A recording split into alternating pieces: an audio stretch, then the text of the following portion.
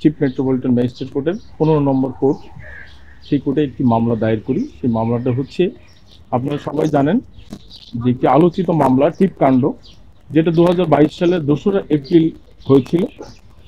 একজন police constable, যিনি ফার্মগেটের season পয়েন্টের সামনে দিয়ে একটি মোটরসাইকেল চালিয়ে, উনি ইউনিফর্ম করা অবস্থায় মোটরসাইকেল চালিয়ে যখন ওনার কর্মস্থলে যাচ্ছিল, তখন তেজগাঁ কলেজের ডক্টর লতা সমদ্দার যে অভিযোগটা ওনার বিরুদ্ধে দেওয়া হয়েছিল, সেই অভিযোগটা কিন্তু কোনোভাবেই সত্য না।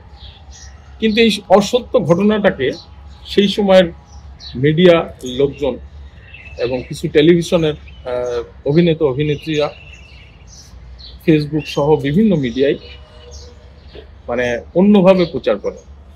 এটা শুধুমাত্র ছিল নিজেকে বাঁচানোর জন্য অন্যের পরে দায় চাপানো।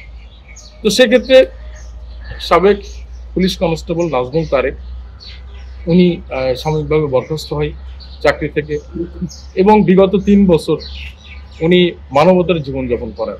কারণ যখন ওনার বিরুদ্ধে একটা মিথ্যা অভিযোগ তৈরি হয় এবং সেটা টেলিভিশন এবং পত্রিকা সহ ইউটিউব অন্যান্য চ্যানেলে যখন সেটা প্রচারিত হয়, তখন কিন্তু উনি মানসিকভাবে ভেঙে পড়েন, সামাজিকভাবে উনি অপদস্থ হতে থাকেন, ওনার পরিবারের কাছেও উনি অপদস্থ হতে থাকেন। কারণ একজন নারী তার সৌন্দর্যের জন্য উনি টিপ পরবেন, শাড়ি পরবেন বা অন্য কিছু পরবেন, সেটা কিন্তু তার নিজস্ব স্বাধীনতা। সেখানে একজন মানুষ কিন্তু এরকম ভাবে কারো বলার অধিকার নেই। তো এরকম কোনো ঘটনাই সেই দিন ঘটে নাই। শুধুমাত্র একজন পুলিশ সদস্য এবং একজন সাধারণ মুসলিম পরিবার থেকে বেড়ে ওঠা একজন মুসলমানকে হেয় করার জন্য কিন্তু উনি এইরকম একটা টিপকাণ্ডের মধ্যে ঘটনা আলোচিত হয়েছে। আমরা ওনাদের বিরুদ্ধে একটি মামলা দায়ের করেছি, একটা মানহানির মামলা দায়ের করেছি।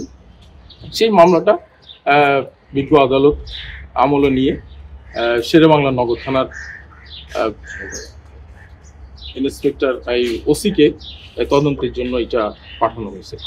আমরা নিশ্চয়ই এই ঘটনার আসল ঘটনাটা এই তদন্তের মাধ্যমে বেরিয়ে আসবে, এবং যে পুলিশ কনস্টেবল নাজমুল তারেক, তার যে জীবনের চলে যাওয়া 3টি বছর এবং যে ওনার যে সম্মানহানি হয়েছে, সামাজিকভাবে উনি যে অপদস্থ হয়েছেন, সেটা নিশ্চয়ই উনি ফিরে পাবেন, এই আশাবাদ ব্যক্ত করছি।